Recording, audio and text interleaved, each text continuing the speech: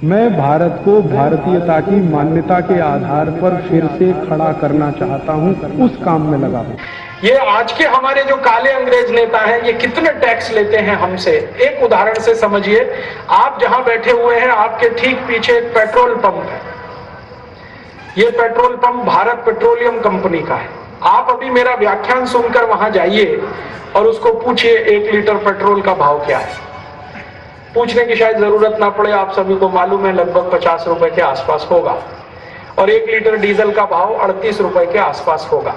पिछले साल मैंने क्या किया, ये जो भारत पेट्रोलियम नाम का पेट्रोल पंप आपके ग्राउंड के पीछे है, इस कंपनी के सबसे बड़े अधिकारी को, जिसको चीफ एग्जीक्यूटिव ऑफिसर कहते हैं, मैंने एक पत्र लिखा। और उस पत्र में मैंने उसको एक प्रश्न किया कि भारत पेट्रोलियम नाम की कंपनी में 1 लीटर पेट्रोल कितने रुपए में बनता है और इस पर कितने रुपए टैक्स लगता है।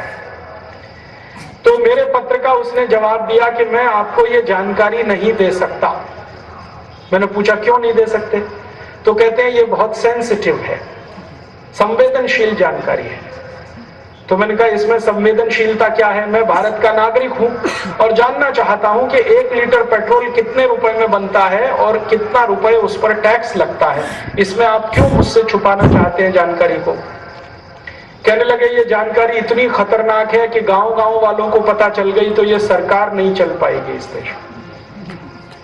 तो मैंने कहा ना चले सरकार, इससे मेरा क्या लेना देना, मुझे ये जानकारी चाहिए। तो पहले उसने मना कर दिया। फिर मैंने उससे कहा कि आपको मालूम है भारत में एक कानून बना है जिसका नाम है राइट टू इंफॉर्मेशन एक्ट। अगर मैंने इस कानून का पालन किया तो आपकी नौकरी चली जाएगी और मैं नहीं चाहता कि आपके बीवी बच्चे भूखे मरे, इसलिए अब चुपचाप ये जानकारी दे दीजिए। क्योंकि आप अगर मना करेंगे ये जानकारी के लिए और मैं हाई कोर्ट में चला गया, सुप्रीम कोर्ट में चला गया, तो कोर्ट आपको मजबूर कर देगा वो जानकारी देने के लिए, इसलिए अब आप इसको छुपा नहीं सकते, दे दीजिए चुपचाप। तब उसने जानकारी दिया और उसने बताया कि 1 लीटर पेट्रोल हमारे भारत पेट्रोलियम कंपनी में 8 रुपए में बनता है। मैंने उससे फिर एक पत्र लिखकर पूछा कि ये 8 रुपए का ब्रेकअप बताओ मुझे। ब्रेकअप का माने कि वास्तव में ये कहां 8 रुपए खर्च होता है, कैसे खर्च होता है, ये मुझे समझाओ। तब उसने पूरा डिटेल मुझे भेजा। उसने कहा कि देखिए जी, पेट्रोल बनाने के लिए कच्चा तेल निकालते हैं हम जमीन के नीचे से, और कच्चा तेल निकालते हैं समुद्र में से। तो जमीन के नीचे से जितना भी कच्चा तेल निकलता है, समुद्र में से जितना कच्चा तेल निकलता है, वो सब फोकट का होता है, उसको कोई पैसा हम नहीं देते, क्योंकि भारतीय भूमि से निकाला हुआ है, भारत के समुद्र से निकाला हुआ है, तो वो पैसा तो उसको देना नहीं पड़ता। निकालने में मशीन लगती है और मशीन चलाने के लिए बिजली खर्च होती है। तो अगर 1 लीटर कच्चा तेल हम जमीन से निकालें तो उसमें जो बिजली का खर्चा है वो लगभग 40 पैसे आता है। 1 लीटर कच्चा तेल जमीन से निकालो तो बिजली खर्च होती है 40 पैसे की। 1 लीटर कच्चा तेल समुद्र से निकालो तो बिजली खर्च होती है 70 पैसे की। समुद्र में गहराई ज्यादा होती है, जमीन में गहराई कम होती है। ज्यादा गहराई से कोई चीज निकालेंगे तो खर्चा ज्यादा आएगा, कम गहराई से निकालेंगे खर्चा कम आएगा। तो उसने बता दिया कि 70 से 80 पैसे खर्च आता है बिजली का। फिर मैंने कहा आगे खर्च बताओ। तो आगे का खर्च ये है कि ये जो 1 लीटर कच्चा तेल हमने निकाला, इसको हम संशोधन करते हैं, अंग्रेजी में उसको प्रोसेसिंग कहते हैं। तो शोधन करते हैं, उसमें कितना लीटर निकलता है पेट्रोल।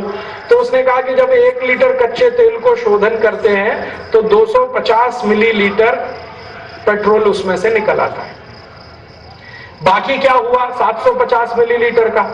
तो उसने कहा कि बाकी का थोड़ा डीजल निकलता है, थोड़ा केरोसिन निकलता है, थोड़ा वैक्स निकलता है, और ऐसी 50 एक चीजें उसमें से निकलती है। तो मैंने कहा इसका मतलब यह है कि 4 लीटर कच्चा तेल अगर हम शोधन करें तो 1 लीटर पेट्रोल बनेगा। हाँ बिल्कुल ठीक बात है। तो अब उसका हिसाब मैंने जोड़ा कि 70 पैसे लीटर का अगर खर्च माने तो 2 रुपए 80 पैसे में 1 लीटर पेट्रोल बन जाएगा। अब उस 1 लीटर पेट्रोल पर भारत पेट्रोलियम कंपनी अपना मुनाफा लगाती है। तो उनका कहना है कि हमको मिनिमम 15 से 20% नेट प्रॉफिट चाहिए, तो वो जोड़ दिया। फिर वो कहते हैं हमारे ओवरहेड एक्सपेंसेस इसमें चाहिए, वो भी मैंने जोड़ दिए। फिर वो कहते हैं कि 1 लीटर पेट्रोल को हम जहां बनाते हैं और गांव-गांव में ट्रांसपोर्ट करते हैं उसमें 1 रुपए खर्च आता है, वो भी जोड़ दिया, तो कुल सारा जोड़ करने के बाद खर्च आता है 8 रुपए लीटर। अर्थात भारत की सबसे बड़ी पेट्रोल बनाने वाली कंपनी भारत पेट्रोलियम में 1 लीटर पेट्रोल बनाने का खर्चा है 8 रुपया। तब मैंने उस चीफ एग्जीक्यूटिव ऑफिसर को पूछा कि भाई अब मुझे ये समझाओ कि ये 8 रुपए लीटर में जो पेट्रोल बना वो 50 रुपए लीटर क्यों बिकता है? तो उसने कहा साहब ये बात आप वित्त मंत्री से पूछिए। मैंने पूछा क्यों? तो उसने कहा कि वित्त मंत्रालय इस 8 रुपए लीटर के पेट्रोल पर 42 रुपए लीटर का टैक्स लगाता है। 8 रुपए लीटर के पेट्रोल पर 42 रुपए लीटर का टैक्स, तो कितने प्रतिशत हुआ? हिसाब से जोड़ो जरा। 8 रुपए लीटर के पेट्रोल पर अगर 8 रुपए टैक्स लगाया जाए तो भाव हो जाएगा 16 रुपए लीटर, तो टैक्स हो गया 100%। 8 रुपए लीटर के पेट्रोल को अगर 24 रुपए लीटर बेचा जाए तो टैक्स हो गया 200%। 8 रुपए लीटर के पेट्रोल को अगर 32 रुपए लीटर बेचा जाए तो टैक्स हो गया 300%। 8 रुपए लीटर के पेट्रोल को 40 रुपए लीटर बेचा जाए तो टैक्स हो गया 400%। और 8 रुपए लीटर के पेट्रोल को 48 रुपए लीटर बेचा जाए तो टैक्स हो गया 500%। अर्थात जब आप इस भारत पेट्रोलियम के पंप में जाकर 1 लीटर पेट्रोल खरीदते हैं तो 42 रुपए आप टैक्स के रूप में सरकार को देते हैं, और वो टैक्स होता है 500%।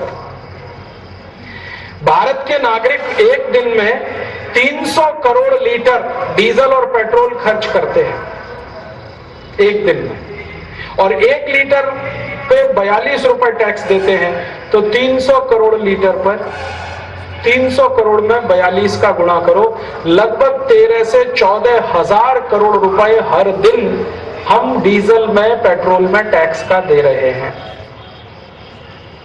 अब एक दिन में 13 से 14 हजार करोड़ रुपए दे रहे हैं, तो एक साल में कितना हुआ? तो 365 का गुणा कर लो 13,000 करोड़। इतना टैक्स हम भर रहे हैं कि वो कैलकुलेटर में नहीं समाएगा, कैलकुलेटर फेल हो जाए।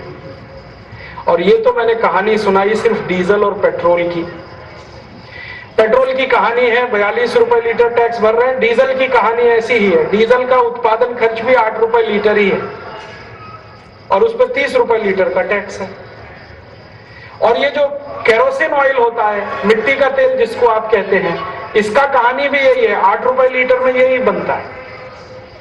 और अगर वो 15 रुपए लीटर बिक रहा है तो उस पर 100% के आसपास टैक्स है। तो डीजल, पेट्रोल, केरोसिन और एलपीजी गैस जो आप इस्तेमाल करते हैं, सिलेंडर रसोई गैस का, उसका भी यही कहानी है। तो हम जो भी कुछ पेट्रोलियम पदार्थ इस्तेमाल कर रहे हैं उसमें लगभग 500% टैक्स सरकार को दे रहे हैं।